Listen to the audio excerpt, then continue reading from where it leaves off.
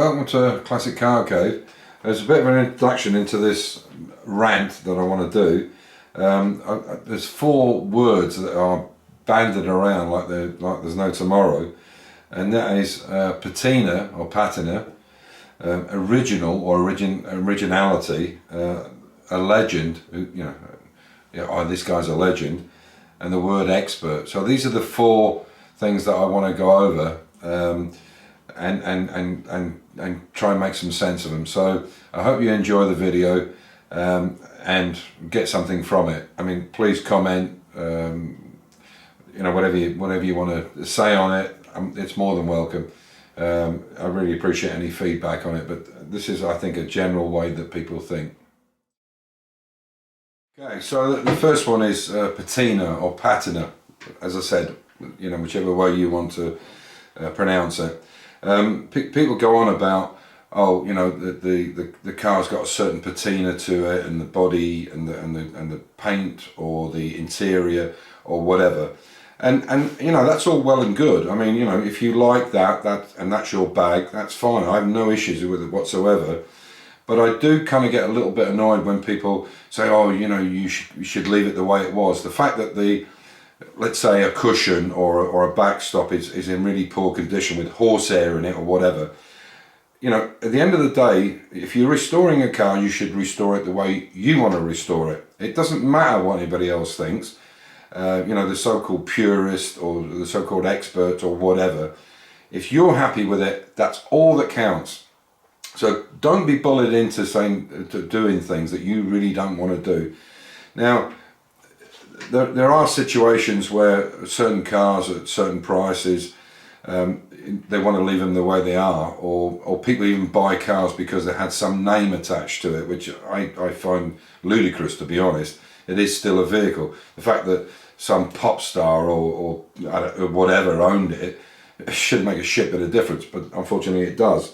So this patina thing, I do understand how people want to keep some sense of history, but you have to be realistic about it. If the vehicle, if you buy a vehicle and it's in such a state that you have no choice but to change things, then you change it. And I think if you change it, but you keep it aesthetically the way it should be, I don't see any issue with that. But to say I'm going to keep it because this is the original paint job, it just seems crazy to me. But it is what it is. People have different attitudes, different ideas. Yeah, I guess it's personal preference. But it's a word that's banded around so much, and I just think, get a life. Give me a break. Okay, so the next one is original. I've come across this so many times over so many years, it's unbelievable. And the amount of people, I saw it in the Jaguar E-Type Club, the XK Club, I've even seen it with Minis, Ilman Imps, Escorts, whatever. It's totally original. Apart from the brand new floors I put in it, and the wings and the scuttle panel and the engine change. I mean, sorry, how is that original? I can say with full confidence that there is no car legally on the road that is 100% original. It's not possible. Excuse me, the tyres alone, I'll have to have another drink. The tyres alone will last only 5 to 7 years, regardless of whether they've been rolled or used or whatever. The walls degrade.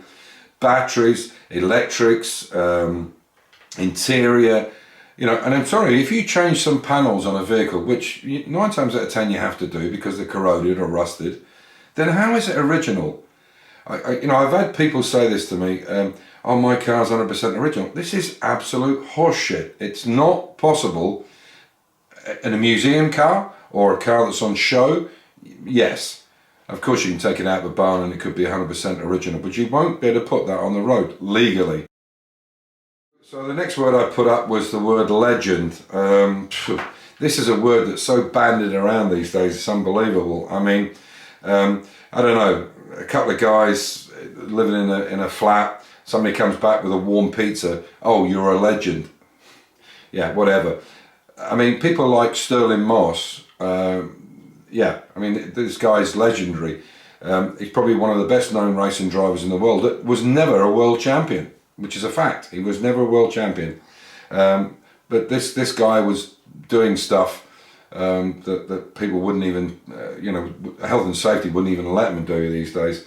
I'm reading a book. A friend of mine who has the Morris 1000 has lent me this book, and I'm not a big reader unless it's something that I'm interested in or a particular thing.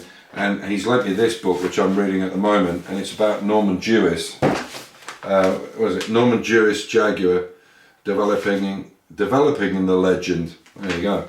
A bit of a play on words.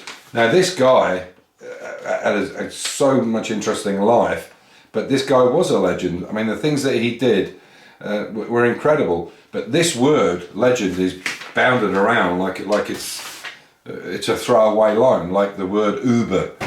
You know, in the last few years, everything's Uber this and Uber that. You know, it's just something it's a throwaway line.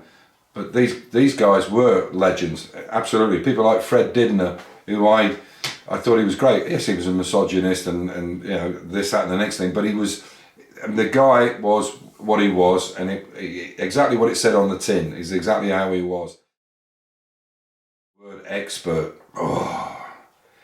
Yeah, unfortunately we have a lot of people in the world these days who are self-deluded or self-proclaimed experts. I won't do that finger thing because that's annoying as well. And because what they've done is they've read a lot of history on whatever the particular thing is, whatever the vehicle is, whether it be Mini again or Jag. I keep going Mini and Jaguar because that's what I know a bit of. It could be anything, you know. It could be, I don't know, Cortinas, Escorts. It could be any brand you like. And they are these people that are so-called experts who believe because they've read a bit of the history and they know this and they know that. They know exactly, what they're talking about.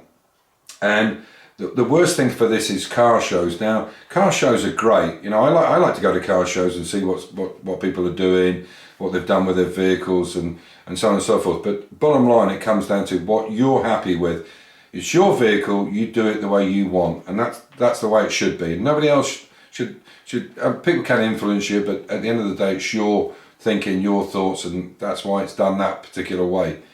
But these so-called experts, and particularly at car shows where they do judging, from my own experience, I can tell you from the Jaguar E-Type Club and the XK Club and a few other things, which I'm not a member of anymore. I am still a member of Jaguar Enthusiast Club because it is actually a club. It's run by people that are paid. Some people are paid in it, and some are not. Some are doing it voluntarily. But there are a lot of other clubs like BMC, British Motor Club, which is basically a business. E-Type Club, XK Club, it's a business. At the end of the day, somebody's making a profit out of it, and good luck to them. I have no issues with that whatsoever. If they're providing a service, I joined it because I was building an E-Type, and I joined the XK Club because I was building an XK and I wanted some information directly from the club members. So don't get me wrong, I have no issues with that whatsoever. But this idea of the word club, I think it's probably just in name only. Anyway, it is what it is. But going back to this expert thing where people are saying, oh, this isn't correct, this isn't period correct, this isn't period correct.